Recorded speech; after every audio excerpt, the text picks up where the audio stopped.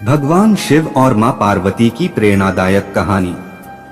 एक बार भगवान शिव और मां पार्वती हरिद्वार में भ्रमण कर रहे थे।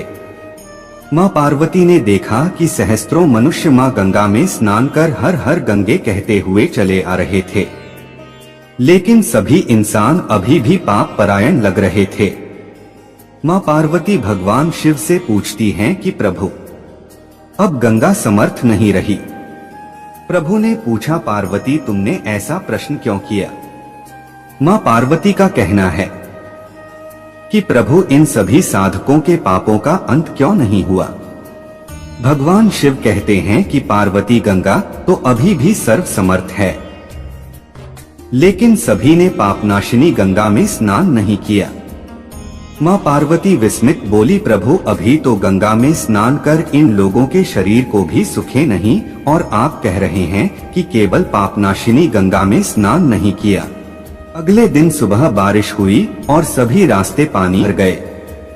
शिव ने एक वृद्ध के रूप में भगवान का एक रूप धारण कर लिया था, जिसमें वे विराजमान थे, जिसमें वह गिर गए थे। उन्होंने मां पार्वती को समझाया कि गंगा तुम स्नान कराओ। सभी ने सुनाकर कहा कि मेरा पति इस कमरे में गिर गया है।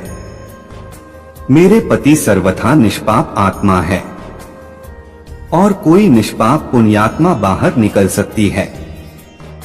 अगर कोई व्यक्ति निष्पाप है तो कहीं मेरे पति को बाहर निकाल, लेकिन अगर कोई निष्पाप नहीं हुआ तो उसका शरीर जलकर भस्म हो जाएगा। मां पार्वती अब साथ में बैठीं और सभी को सुनाकर खूबसूरत महिला को वेदना में देखकर हर कोई उनकी मदद के लिए तैयार हो जाता है। लेकिन जैसे ही उन्होंने वृद्ध वेशधारी भगवान शिव को बाहर निकालने के लिए हाथ बढ़ाया, माता पार्वती ने तुरंत उन्हें टोक दिया। उनका कहना है कि मेरी पति सर्वथा निष्पाप आत्मा है और कोई निष्पाप पुण्यात्मा बाहर निकल सकती है। अगर तुम सही हो तो मेरे पति को बाहर निकालने के लिए हाथ पकड़ो।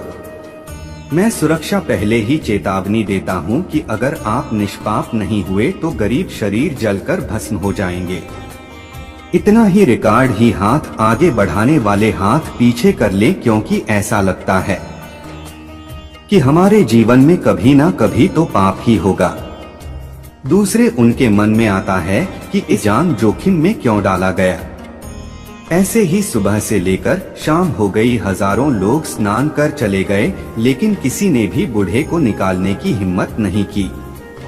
शाम के समय एक युवा हाथ में लोटा लेकर वहां से गुजरा तो मां पार्वती ने भी अपनी व्यथा सुना दी।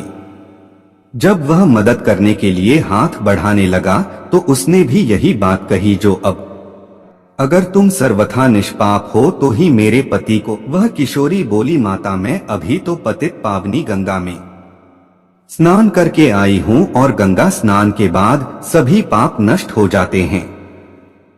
मैं अभी आपके पति को बाहर निकाल रहा हूँ।